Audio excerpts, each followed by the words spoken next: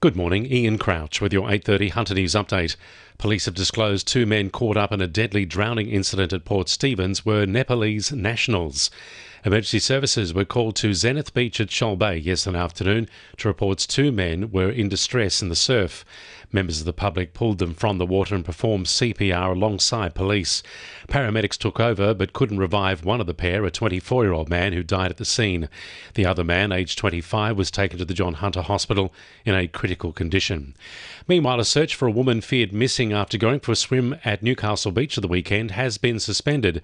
It follows no reports being received on any missing persons in the area matching her description. Nationals New England incumbent Barnaby Joyce is pledging $5 million towards a sports and recreation precinct in Muswellbrook. It would include outdoor courts, gym equipment and parkland. Barnaby Joyce says it's been on council's books for years but hasn't had the funding. We would use down here to try and expand the social capacity, the social structure, the social capital of this area and get kids out of the house. Port Stephens MP Kate Washington says the federal government's recent announcement to help first-time homebuyers lines up with housing policy from a state level. It comes as Labor pledges $10 billion to help build 100,000 dwellings for first home buyers. Kate Washington says the state government schemes, including concessions from transfer fees, would be more effective following extra supply promised by the ALP. 56,000 people have already taken it up. It has been welcomed across the state already, but we desperately do need more housing stock, which is what the federal government's announcement goes to, which is why we welcome it. The Police Minister will be a guest speaker at a community forum tonight to discuss what's being done to combat crime in the Cessnock area. Residents will have the opportunity to ask Yasmin Catley about what's being done to help keep those living in Greta, Branxton and Rothbury safe. She's acknowledged youth crime is a major concern, with young people breaking into homes, stealing cars and then posting and boasting about their exploits on social media. The forum starts at 6:45 at the Greta Public School Hall.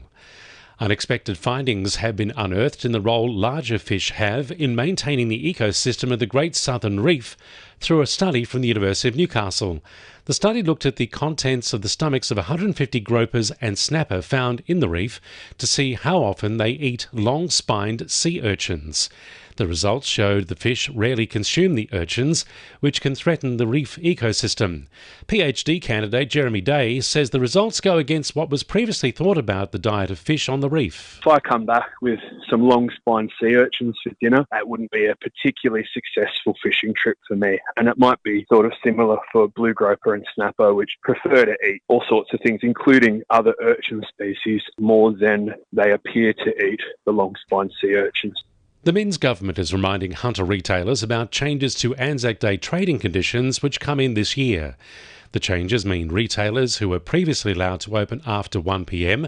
will now have to remain closed for the whole day. It will mostly impact big retailers, including department stores and supermarkets, while there'll be exemptions for businesses like chemists and licensed premises. Although the retail sector initially resisted the change, Industrial Relations Minister Sophie Kotsis says it's been embraced by the broader community.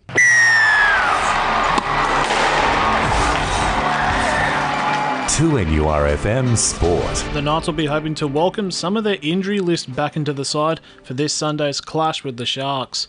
Winger James Shearer is the most likely to return after he was stood down due to a concussion stemming from a clash with the Bulldogs. The Northern New South Wales Australia Cup prelims continue tonight with the Lambton Jaffers facing South Cardiff and New Lambton taking on Crowders Bay.